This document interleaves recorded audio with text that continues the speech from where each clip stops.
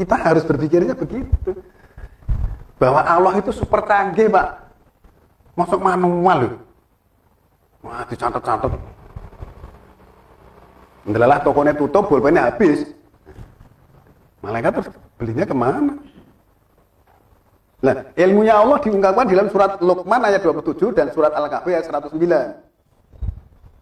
Luqman itu surat 31, Al-Kahfi itu surat 18.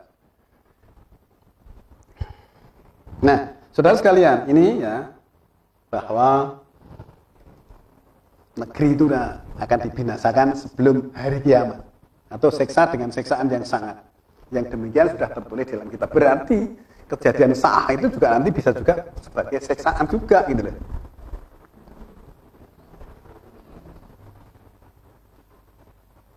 Coba kita lihat surat nomor 20, surat Toha ayat 15.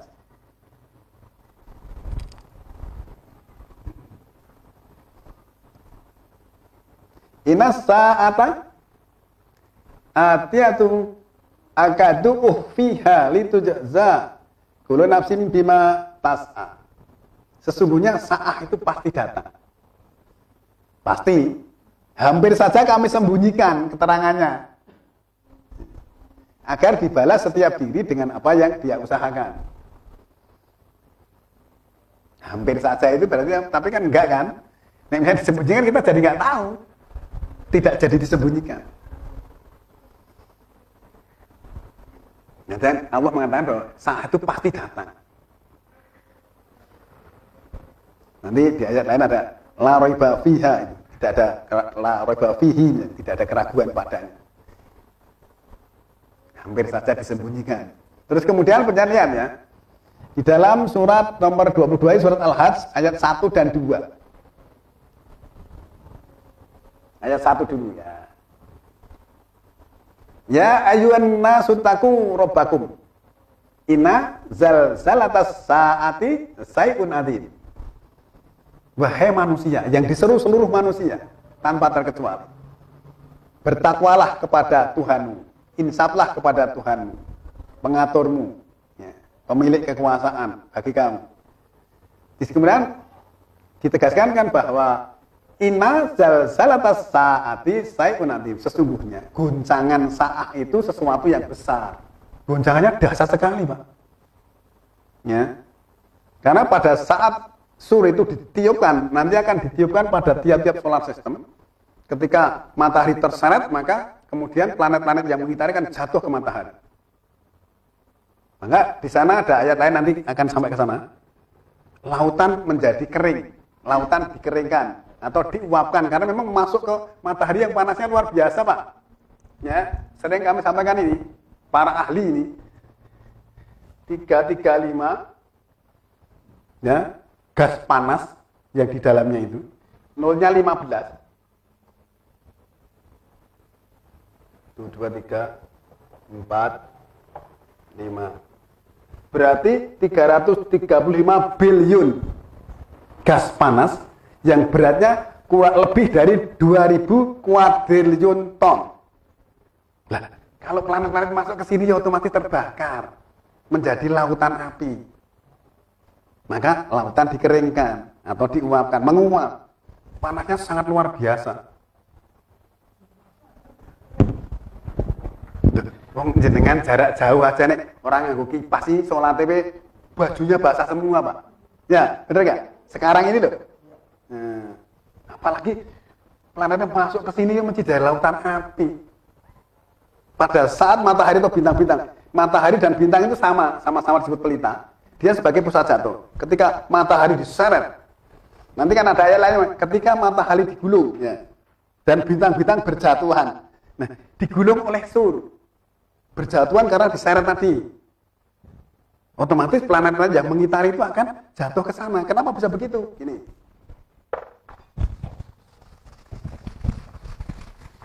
Antara matahari dan planet-planet atau bintang dan planet-planet itu ada gaya tarik-menarik. Ya. Ini matahari misalnya. Terus misalnya planet Merkuri, Venus, Bumi. Ya, ini Bumi. Ini kutub utara, ini selatan.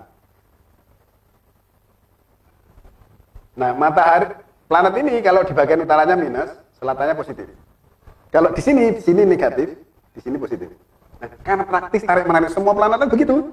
Maka praktis tarik menarik dengan matahari sebagai pusat jatuh. Nah, pada saat ini nanti diseret oleh surut tentu saja planet-planet akan jatuh ke sini semua.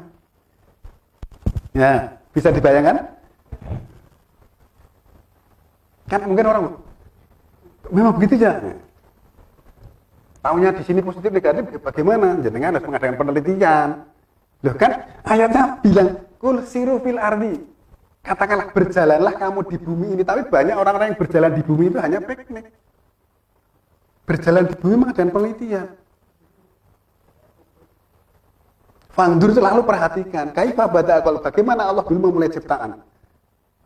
Sumaulahu yunsi'un nas atal akhir, kemudian nanti akan diwujudin lagi menjadi wujud yang terakhir setelah yang musa'a. Kita suruh ngadain penelitian. Jangan nggak magnet aja yang positif negatif, ya. Kalau di tengah-tengah ekuator digantung itu nanti akan begini.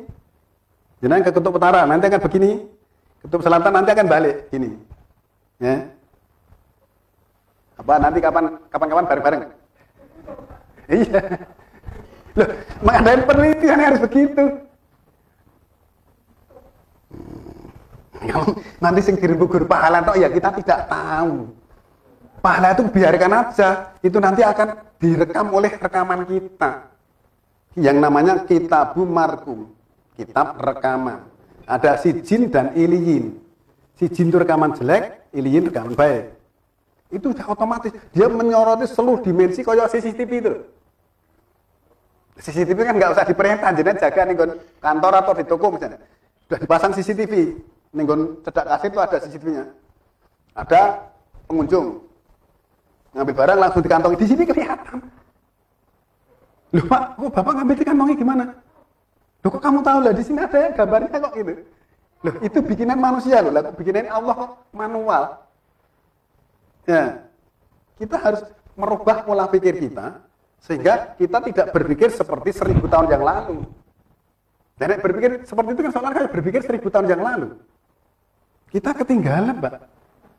Loh sekarang yang namanya anak sekolah, yang namanya mau tes aja lewat HP, yuk. Diberitahu gini lewat HP semua. Gimana?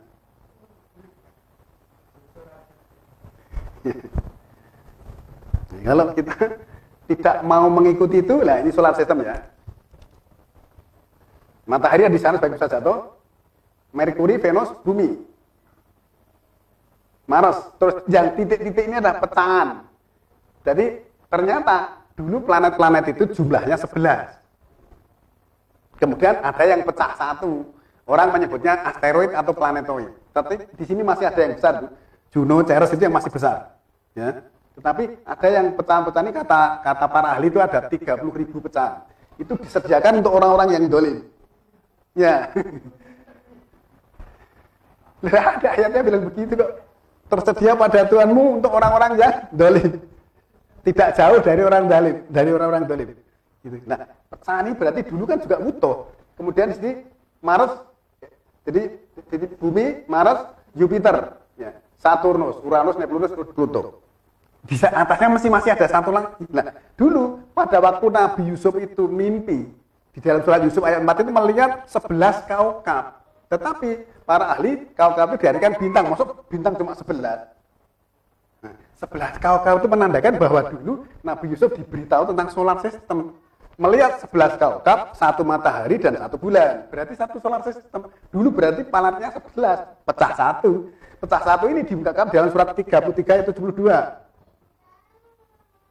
Ya. Jangan lihat dulu 3372, Pak.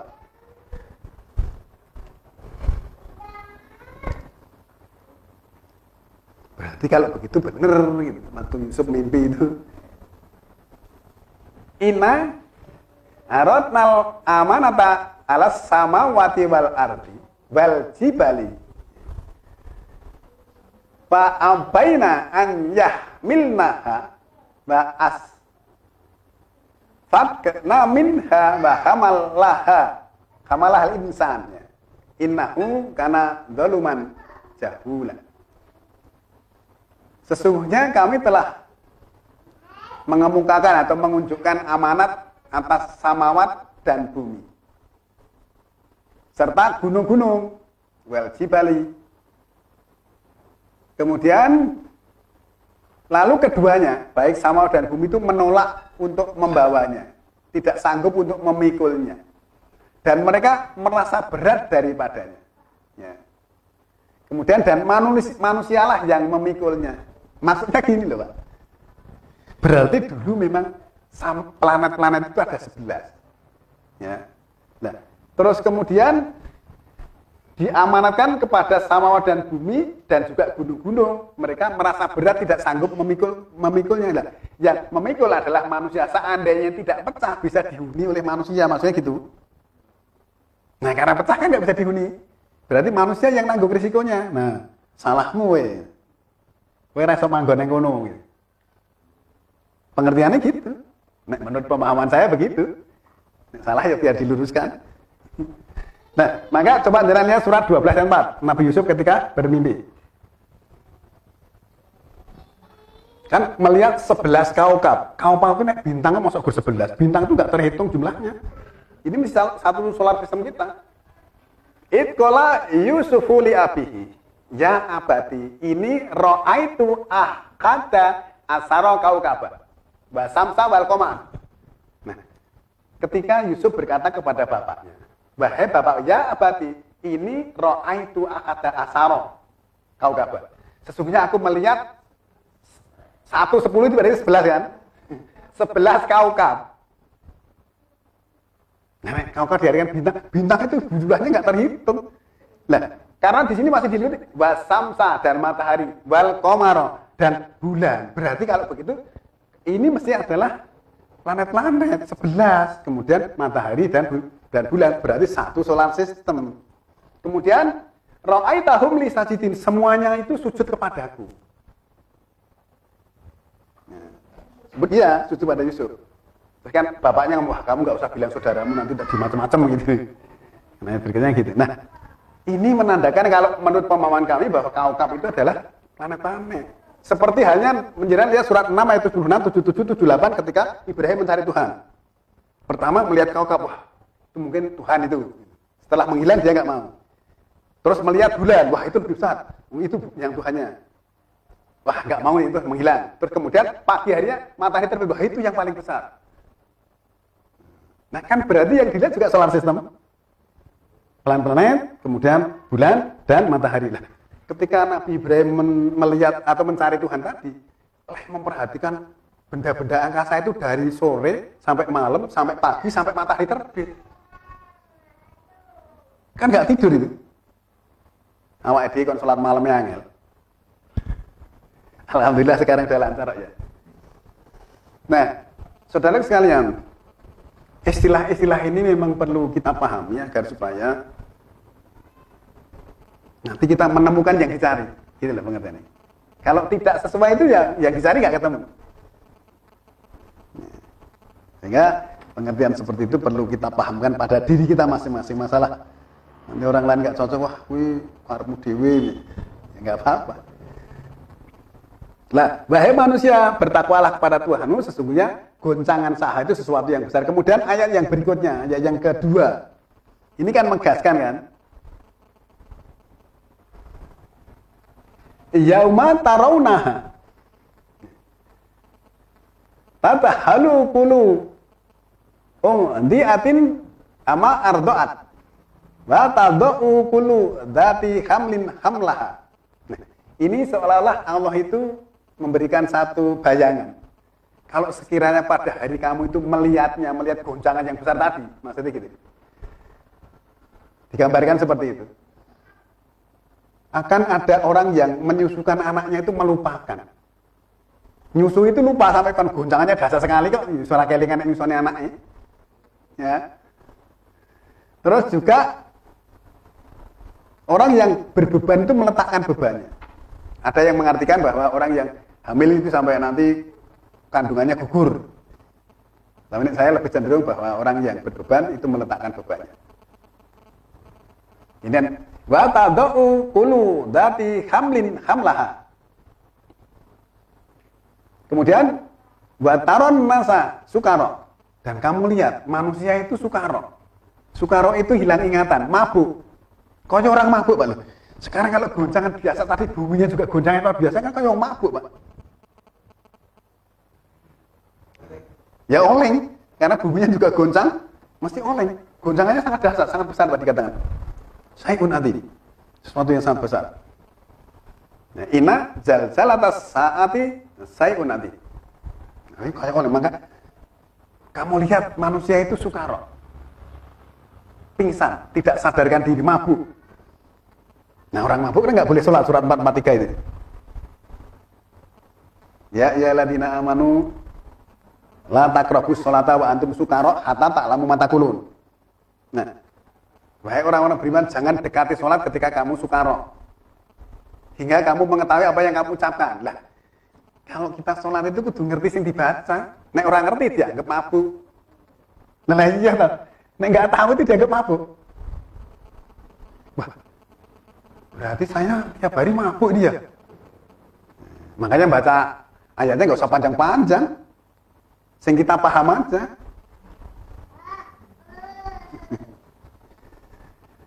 Terus kemudian wa mahum bisukara, dan sebenarnya mereka itu tidak sukara. Walakina adzaballahi sadid. Tetapi siksaan Allah itu sangat-sangat keras. Nah, kan berarti ketika tadi Allah akan membinasakan sebelum hari kiamat, kan berarti pada waktu saat tadi terbukti bahwa di sini dikatakan siksaan. Ya. Bahwa wahai manusia, bertakwalah kepada Tuhanmu. Sesungguhnya goncangan sa'ah itu sesuatu yang besar. Ya, 1758 tadi dia akan menyiksa mereka sebelum hari kiamat. Nah, 1758 tadi. Tiada suatu negeri akan kami binasakan dia sebelum hari kiamat dan kami siksa dia dengan siksaan yang sangat.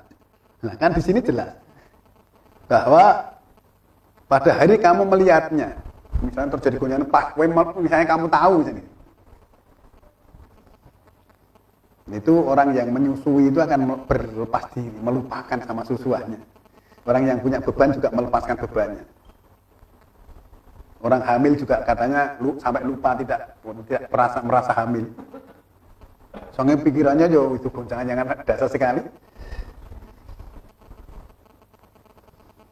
Dan kamu lihat manusia itu sukaro, padahal sebenarnya dia nggak sukaro. Tapi itu siksaan Allah yang sangat dasar, sangat keras. Nah, berarti benar 1758 tadi bahwa ya musa'ah itu nanti adalah siksaan sebelum hari kiamat. Ya. Mungkin sampai di sini ada pertanyaan sebelum kami lanjutkan. Karena masalah yang berkaitan dengan ya musa'ah itu memang harus hati-hati, harus cermat, dan kita harus betul-betul teliti. Karena selama ini kan ini belum pernah dibahas kan? Kan belum pernah dibahas. Surga neraka kan juga belum pernah dibahas. Nah selama ini kalau saya tanya surga neraka gimana, Mas? Surga neraka itu goib. Dan nanti nek goib Anda mau lewat mana ya? Goib kan kita nggak bisa masuk. Nah, kalau menurut pemahaman kami bahwa yang namanya petunjuk, sesulit apapun itu harus bisa dipahami namanya petunjuk kok. Jenengan beli mobil dari pabrik, ada petunjuknya, maksudnya nggak bisa dipahami. Nanti nek rusak bagaimana memperbaiki? Itu masih harus bisa dipahami semua. Nah, Al-Quran itu petunjuk untuk hidup dan kehidupan manusia sejak di jagat raya ini, hidup ini, sampai nanti mati, sampai dibangkitkan, itu ada semua. Pengertiannya gitu.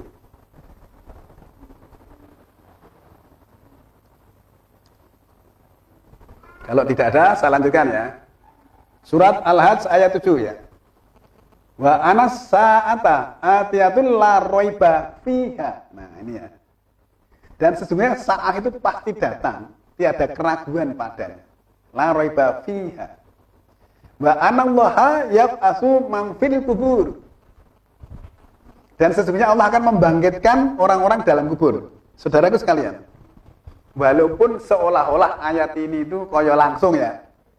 Ya, sini kan wa ana sa'ata atiyatul la raiba fiha wa anallaha yab'asu man fil kubur. Kan seolah-olah koyo begitu saat itu terus kemudian dibangkit. Enggak, waktunya lama. Saya katakan tadi, Ya musa'af itu waktunya bisa miliaran tahun, bukan hanya jutaan tahun.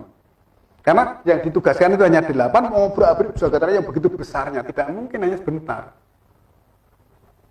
Padahal menurut analisa yang ada dalam Al-Quran itu bahwa dia adalah non-partikel. Dia bergerak selalu keluar atau menghindar dari partikel yang ada. Tetapi setiap bintang, setiap matahari itu dilingkupi oleh unsur yang sama dengan sur yang memberak-berik tadi. Nah ketika lewat kan tetap yang unsurnya sama kan menyatu kan. Ketika menyatu yang di dalamnya ya ikut terseret. Gitu loh. Nggak ada ini ya, globo ya. Misalnya gini.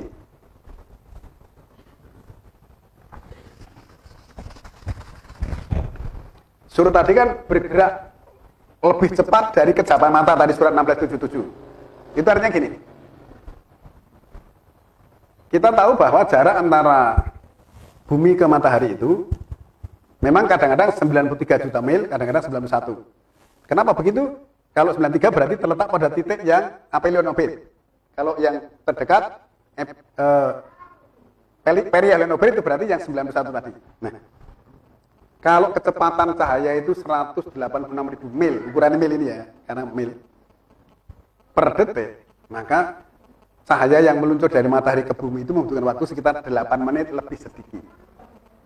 Ya, 8 berapa? Ya, 8 menit lebih sedikit. Nah, ketika penjenengan melihat matahari tiba-tiba hilang dari pandangan, maka dia akan muncul 8 menit kemudian, maksudnya gitu. Itu kecepatan kejapan mata. Tapi sur itu lebih cepat dari itu. Jadi begitu dilihat sur itu udah nggak kelihatan, karena lebih cepat dari pengerja mata. Nah, ayatnya tadi kan mengatakan ini seperti kejapan mata atau lebih cepat lagi, berarti kan sangat cepat. Nah, oleh karena dia non partikel bergerak sangat cepat dan selalu menghindar dari partikel yang ada. Misalnya ada matahari ya. Sur kan lewatnya di luar sana kan menjauh dari partikel kan. Tetapi dia ada unsur yang melingkupi itu, unsurnya sama dengan yang dimiliki oleh sur tadi. Tercetak dari mar'a yang terakumulasi menjadi sangat besar. Maka ketika matahari menempel dia itu hanya seperti debu. Berarti dia sangat besar luar biasa. Nah, ketika meluncur lewat sini, karena unsurnya sama kan tertarik kan, sehingga unsur sama tadi. Nah, yang di dalamnya kan pasti katut. Nah iya, itu otomatis karena matahari itu menarik setiap planet-planet tadi, mesti samanya hujat, katut jatuhnya ke sini. Misalnya contoh gini, jadi kan pakai baju jaket kenceng, saya terbang jaketnya tak saut, mesti katut, orang mungkin kari. Ya, gambarannya seperti itu. Nah sama, ketika ini diseret oleh sur tadi, yang di dalamnya mesti katut lah. Karena ini katut, goncangannya sangat dahsyat tadi, kemudian planet-planet yang mengitari juga jatuh ke sini, maka terjadi lautan api. Assalamualaikum warahmatullahi wabarakatuh. Waalaikumsalam warahmatullahi wabarakatuh. Mau tanya Pak Guru, berarti selama ini yang umum diketahui namanya trompet itu tidak ada ya Pak Guru dengan adanya sur itu? Oke. Kalau sebenarnya ayatnya bunyinya sur ya. Saya juga belum kenal dengan sur itu. Tetapi saya menyebutnya sur aja dalam Al-Quran. Nah, sur ini oleh para tokoh-tokoh kita, orang tua kita disebut trompet atau sangkakala. Ini kan hanya sebutan. Mau disebut trompet atau sangkakala atau sur, tapi namanya sur. Yang ditiupkan namanya sur di dalam Al-Quran. Ya. Ditiupkan, berarti dia meniup. Ditiupkan berarti sesuatu yang bergerak dengan sangat cepat. Lebih cepat dari kejapan mata. Atau lebih cepat lagi. Kan gitu. Jadi bukan malaikat Israel yang meniup trompet. Tetapi justru sur ini yang ditiupkan.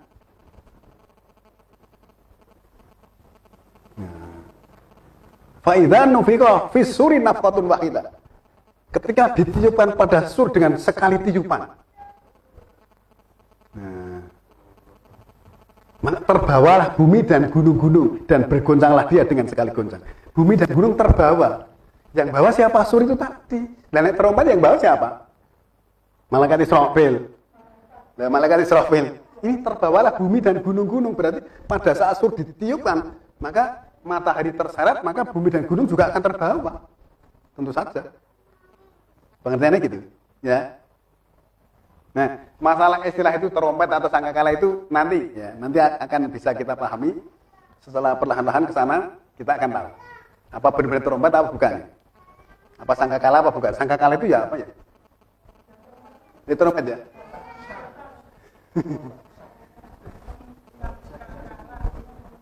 Nah, trompetnya sebesarnya berapa itu ditiupkan kok jagat raya bisa hancur itu?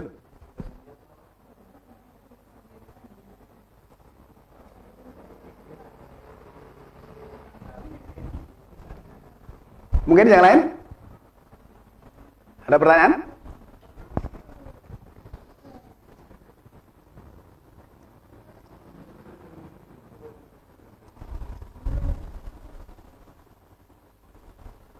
Coba kita lihat surat Mukmin, ya surat nomor 40 ayat 59. Inna sa'ata atiyatul la roiba fiha walakina aksaron nasi la yu'minun. Ya.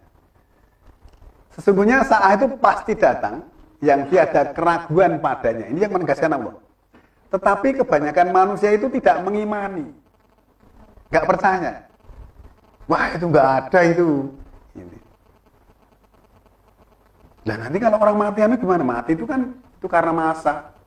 Saya kan juga punya teman begitu. Enggak percaya mati itu karena masa. Karena zaman istilahnya.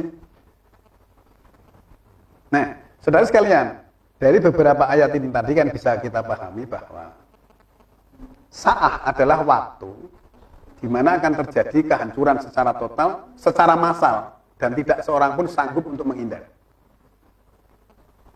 Jadi seluruh jagat raya ini bukan hanya bumi, itu akan dimusnahkan ya. Nah, karena jagat raya dimusnahkan, bumi dimusnahkan, otomatis manusia yang ada di dalamnya juga mesti akan musnah kan. Jangan kalau pengen ngalami berdoa aja, ya Allah saya beri kesempatan untuk sampai ya Musa'ah. Nanti umurnya panjang malah nggak bisa apa-apa. Nomor 2, kedatangan saat itu dirahasiakan oleh Allah karena dia datang secara tiba-tiba, secara mendadak, sekonyong-konyong. Yang semua itu merupakan ujian bagi setiap manusia tentang ilmu dan pengamalannya. Nah, keadaannya sangat berat, ya, baik bagi samawat maupun bumi, karena adanya tiupan sur yang sangat besar luar biasa, sehingga semuanya akan ditabrak, diobrak-abrik tanpa ada yang bisa mengelak. Satu persatu, tentu saja. Sangat berat kan, semakin lama semakin berat. Tadinya yang seret satu matahari, besok 2, tambah bintang lagi terus, atau semakin banyak. Itu nanti kan membujur panjang sekali yang diikuti oleh planet yang mengitarinya. Kan semakin berat kan? Sakulat fis samawati wal ard. La ta'tikum ila batah, itu 17187 itu. Sangat berat keadaan sama dan bumi itu. Ya sangat berat disyarat oleh sur tadi kok. Nanti akan ada 8 rombongan sur tadi yang menyeret masing-masing bintang dan termasuk matahari kita. Satu persatu. Maka waktunya cukup panjang dan lama. Tidak bisa sebentar.